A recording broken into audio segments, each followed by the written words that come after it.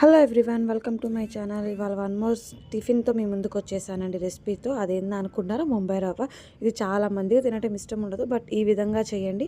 First ఒక కళాయిలో oil పోసేసుకొని ఒక గుప్పెడు పల్లీలు వేసుకోండి. వాటితో పాటు పోపు కూడా వేసుకొని అవి వేగిన తర్వాత కరివేపాకు కూడా వేసుకొని వాటిని ఒక 5 మినిట్స్ వేయించండి.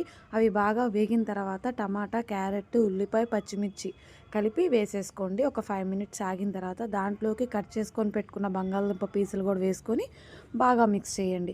అది బాగా వేగుతూ ఉన్నప్పుడు ఒక టేబుల్ స్పూన్ ఉప్పు అనేది వేసేసుకోండి, సాల్ట్ వేసేసుకొని బాగా మిక్స్ చేసుకొని ఒక 15 మినిట్స్ దాకా బాగా మీడియం ఫ్లేమ్లో బాగా వేయించాలండి. ఆ ముక్కలన్నీ మెత్తపడాలి, బంగాళదుంప కానీ, క్యారెట్ కానీ, టమాటా, ఉల్లిపాయ ఇవన్నీ.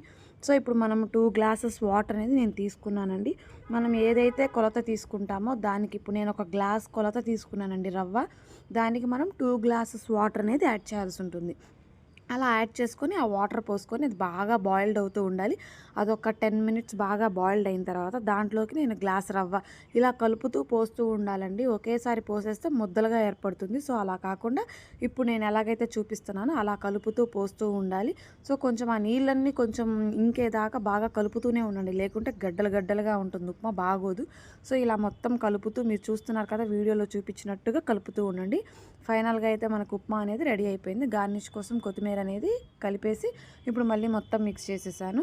ఇప్పుడు ఉప్మాలోకి మనం టేస్ట్ కోసం మనం ఏదైనా చట్నీ, పల్లీ చట్నీ అయినా వేసుకోవచ్చు. సాంబార్ అయితే సూపర్ టేస్ట్ ఉంటుంది. నేను సాంబార్తో అయితే ఇవాళ టేస్ట్ చేశాను, చాలా బాగుంది. మరి ఇలాంటి వీడియోస్ కోసం మన ఛానల్ని సబ్స్క్రైబ్ చేసుకుంటూ ఉండండి. ఇప్పటిదాకా సపోర్ట్ చేసిన వాళ్ళకి థ్యాంక్ యూ.